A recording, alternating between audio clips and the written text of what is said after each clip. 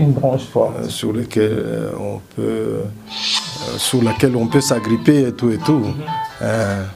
Alors, chez les autres, je ne sais pas comment ils expliquent ça, mais tout ce que je sais, c'est que des détails qui n'ont rien à faire avec notre véritable personnage. Voilà. Mais il y a quand même une petite relation entre une branche dure et c'est que Papa Esdras est, n'est-ce pas, divine. Exactement, nous le témoignons. Tu le connais quand même il y a très longtemps, voilà. Oui. C'est vraiment une personne sur laquelle je prends aussi beaucoup d'exemples, honnêtement. Et quand je lui vois modérer, quand je lui vois là à la charge, je me dis vraiment, on peut être jeune, parce qu'il est aussi jeune, bien sûr, mais servant Dieu est fort. L'âge n'est pas une excuse pour ne pas servir Dieu. Vraiment, je m'arrête seulement par là. On dormirait ici avec tes éloges, là. Alors, Papa Esdras, avec vous, on va parler des béatitudes, des 8 béatitudes. Et aujourd'hui, on va entamer la toute première béatitude. C'est tiré du livre de Matthieu 5, déjà. Et avant peut-être d'entrer en profondeur de cette première béatitude, c'est quoi une béatitude? Bon, si on doit parler des béatitudes selon l'origine des mots, une béatitude, c'est une voie qui conduit au bonheur. C'est une voie qui conduit au bonheur. Pourquoi? Parce que le Seigneur, quand il donne cet enseignement, il poursuivait un objectif. Et l'objectif est de mettre les uns et les autres sur la voie du bonheur. Vous savez que Jésus était un homme de foule. Les gens le suivaient parfois sans savoir qui il était et qu'est-ce qu'il recherchait, tout en faisant les miracles. Alors le Seigneur a voulu sortir un groupe de gens, en particulier ses disciples, du contexte de la foule et leur enseigner de quoi il était question, le vrai bonheur selon Dieu. Parce que selon les hommes, atteindre le bonheur, c'est atteindre une satisfaction dans un certain domaine de la vie. Mais selon lui, en tout cas, c'est tout le contraire.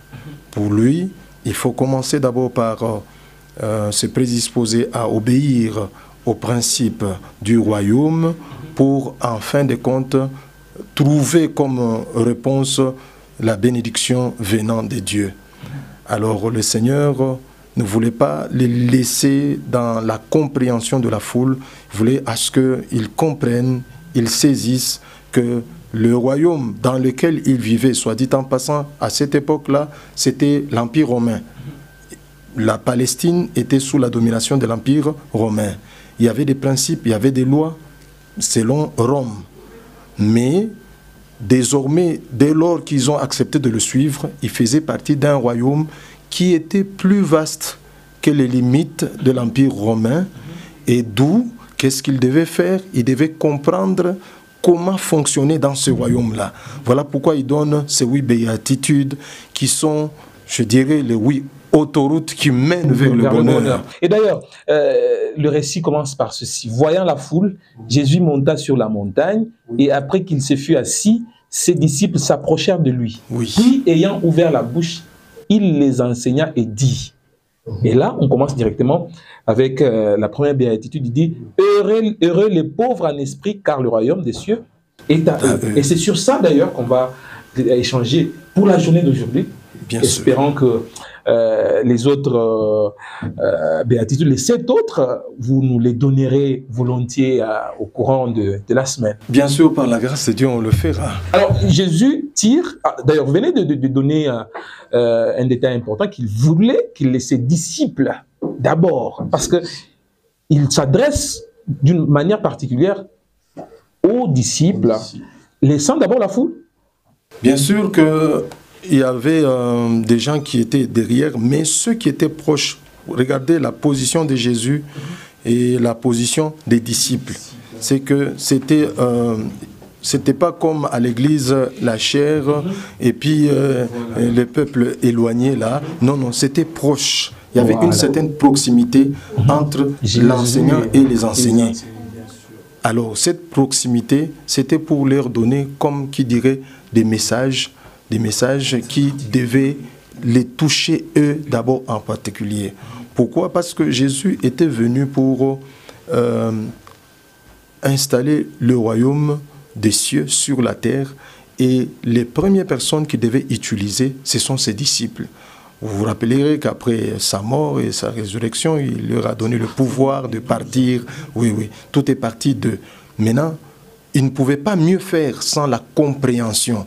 Parce que nous sommes dans un royaume où la compréhension joue un rôle très important. On ne peut pas expliquer ce qu'on ne comprend pas soi-même. On ne peut pas expliquer ce qu'on ne comprend pas soi-même. On ne peut pas aller loin par rapport à ce qu'on n'a pas compris, tout et tout. Alors, il les explique la première béatitude dans ces contextes-là. Heureux les pauvres en esprit. Papa Esdras, vous avez 5 minutes pour parler à un cœur, parler à des cœurs sur ce premier boulevard qui mène au bonheur.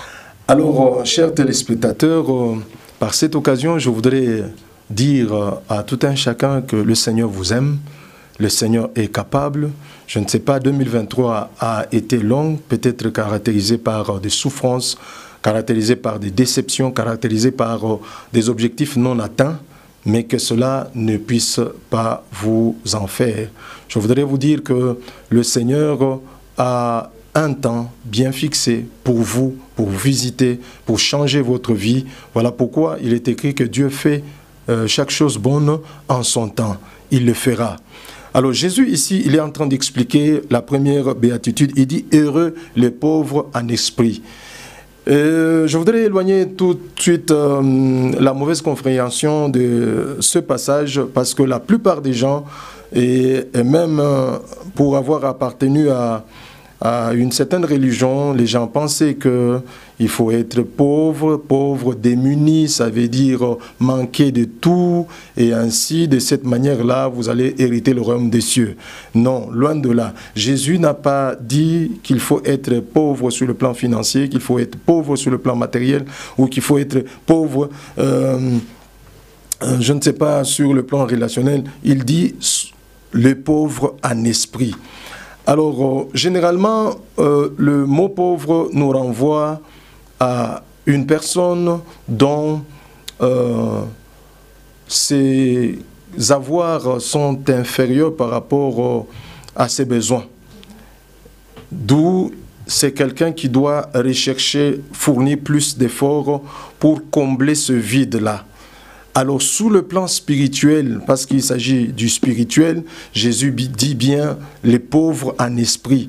C'est pour autant dire, bien-aimés dans le Seigneur, selon la version de Semeur dit ceux qui se reconnaissent spirituellement pauvres. Ça veut dire, nous devons en tout moment, en chaque jour et en toutes circonstances, reconnaître que nous ne sommes pas tout suffisant. Le seul tout suffisant, c'est notre Dieu. Le seul omnipotent, c'est notre Dieu. Le seul omniprésent et omniscient, c'est notre Dieu. Et nous, en tant qu'individus, les humains, nous sommes limités. Et étant limités, tout ce que nous pouvons faire, comment nous allons combler le vide qui existe entre ce que nous connaissons, ce que nous avons et ce que nous devons posséder, et ce vide nous est comblé par notre dépendance à Dieu. Nous recourons à Dieu. Nous recourons à Dieu, pourquoi? Parce que tout simplement, le Seigneur nous a dit clairement au travers de ces écritures dans Colossiens qu'en lui habitait pleinement toute la plénitude de la divinité de Dieu. Ça veut dire tout simplement, bien-aimé dans le Seigneur, que Jésus est capable de couvrir ce que vous avez comme besoin à une condition. La condition, c'est que vous devez dépendre de lui. La condition, c'est que vous devez vous appuyer sur lui. La condition, c'est que vous devez, chaque jour de votre vie, faire en sorte que votre vie dépende du Seigneur. Et quand ça dépend du Seigneur, vous allez vous rendre compte que votre joie n'aura plus comme source les biens matériels, l'argent ou autre chose, mais votre source de la joie, ça sera le Seigneur. Voilà pourquoi Paul lui-même, il nous le dit dans le livre de Philippiens, il était emprisonné soit dit en passant.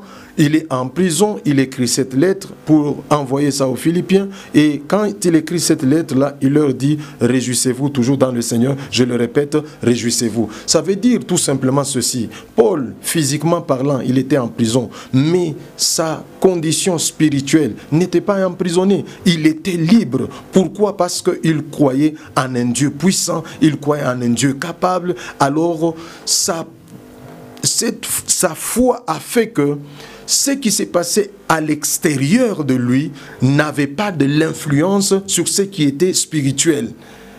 Et lorsque nous acceptons de plier, de dépendre de notre Seigneur, ce qui arrive, c'est quoi? C'est que les événements, les conditions climatiques, les conditions économiques, les conditions financières n'ont plus d'influence jusqu'à affecter notre foi.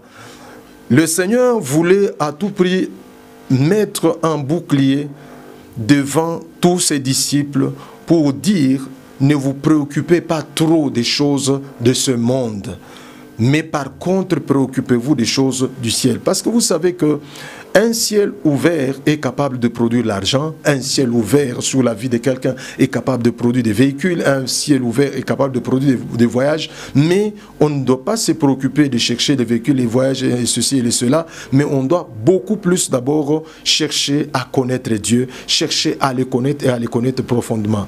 Or, les pauvres en esprit, ils ont des attitudes qu'ils manifestent pour marquer leur dépendance. Leur dépendance, premièrement, ils cherchent à connaître qui est ce Dieu-là en qui ils ont cru. Vous savez, entrer dans le territoire appelé Royaume des cieux, ça ne suffit pas. Au-delà de notre entrée, nous devons y marcher, nous devons y vivre et nous devons y marquer notre temps. Comment le faire? C'est se conformer aux principes. Voilà pourquoi les béatitudes, ce sont des principes que le Seigneur donne. C'est en quelque sorte, comme je l'ai dit, des autorités que le Seigneur ouvre et il nous demande maintenant de nous conformer, de marcher. Vous savez, quand un chauffeur, avant de rouler sa voiture, met sa ceinture de sécurité, c'est pour lui-même. C'est pour qu'il ne puisse pas succomber lors d'un accident. Un chauffeur, si il entretient très bien son véhicule, d'abord c'est pour lui-même. Aussi les béatitudes, c'est d'abord pour nous-mêmes, avant que ce soit pour les autres, d'abord pour nous-mêmes. Vous savez, une âme blessée blessera aussi beaucoup. Wow. Une âme blessée blesse toujours.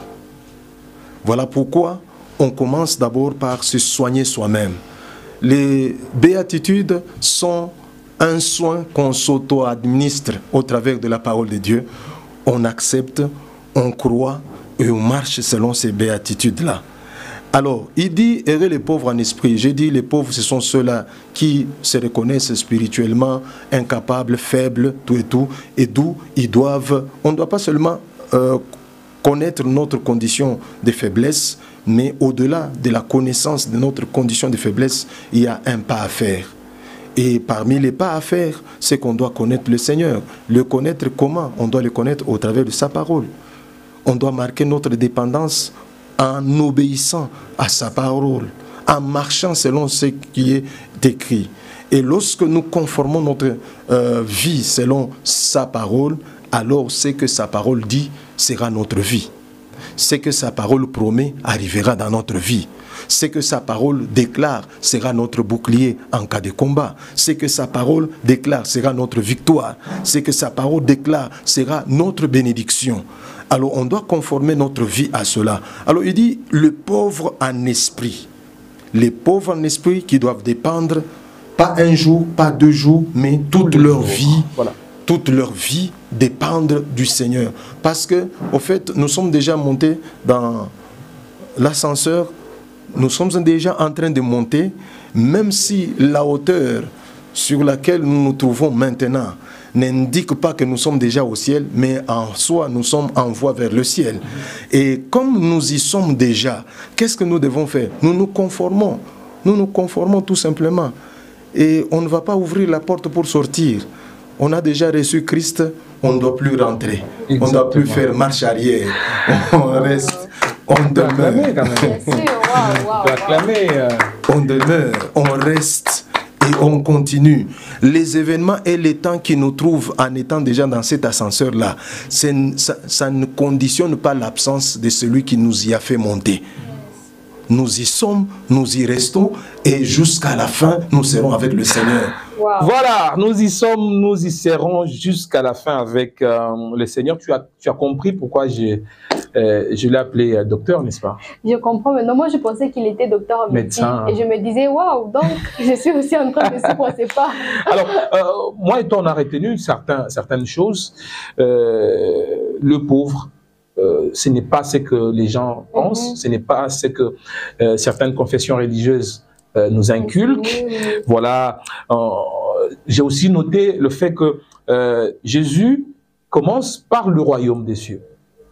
Alors il accorde l'importance au royaume des cieux pour dire les choses du monde, oui, vous pouvez en avoir, mais la chose la plus primordiale, c'est le royaume des cieux. Exactement. Donc on doit se battre pour être dans la logique d'hériter du royaume des cieux. J'espère que Divine est en train de combattre comme Paul. Bien sûr que oui, pourquoi pas. Déjà, Jésus lui-même a dit, cherchez d'abord le royaume des cieux et sa justice, et toutes les choses vous seront données ensuite.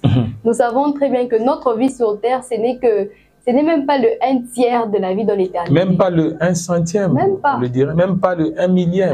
En tout cas. Alors, tout ce que nous faisons, soyons conséquents que nous nous préparons pour l'éternité. Et si tu prépares mal cela, quel sera ton avenir? D'où reconnaissons notre faiblesse spirituelle, reconnaissons nos limites, nos incapacités, nos insuffisances et confions-nous toujours dans le Seigneur. Confions-nous toujours dans le Seigneur. Et d'ailleurs, par rapport au mot pauvre, tu vois quand quelqu'un est dans le malheur, on dit souvent quoi?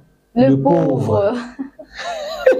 Alors moi, j'ai compris quelque chose. Ça veut dire quelqu'un qui, quand tu es dans le malheur, tu es faible, non? Tu te sens inférieur, tu te sens opprimé, n'est-ce pas? Tu te sens pas toi. Alors on t'appelle le pauvre. Et je pense que c'est peut-être de ce pauvre-là qu'on parle dans cette première béatitude. En tout cas, docteur. Alors, Cédric, ayons l'argent. Ayons l'argent, en tout cas, c'est important, mais spirituellement reconnaissant que sans Dieu, c'est rien. C'est rien. Et il y a une phrase qui m'a beaucoup retenu. Une âme blessée blesse toujours. Voilà, on peut rester sur cette phrase et puis on dit au revoir au docteur Estas qui est tellement occupé et qui va nous rejoindre, je pense, demain pour la deuxième béatitude, n'est-ce pas?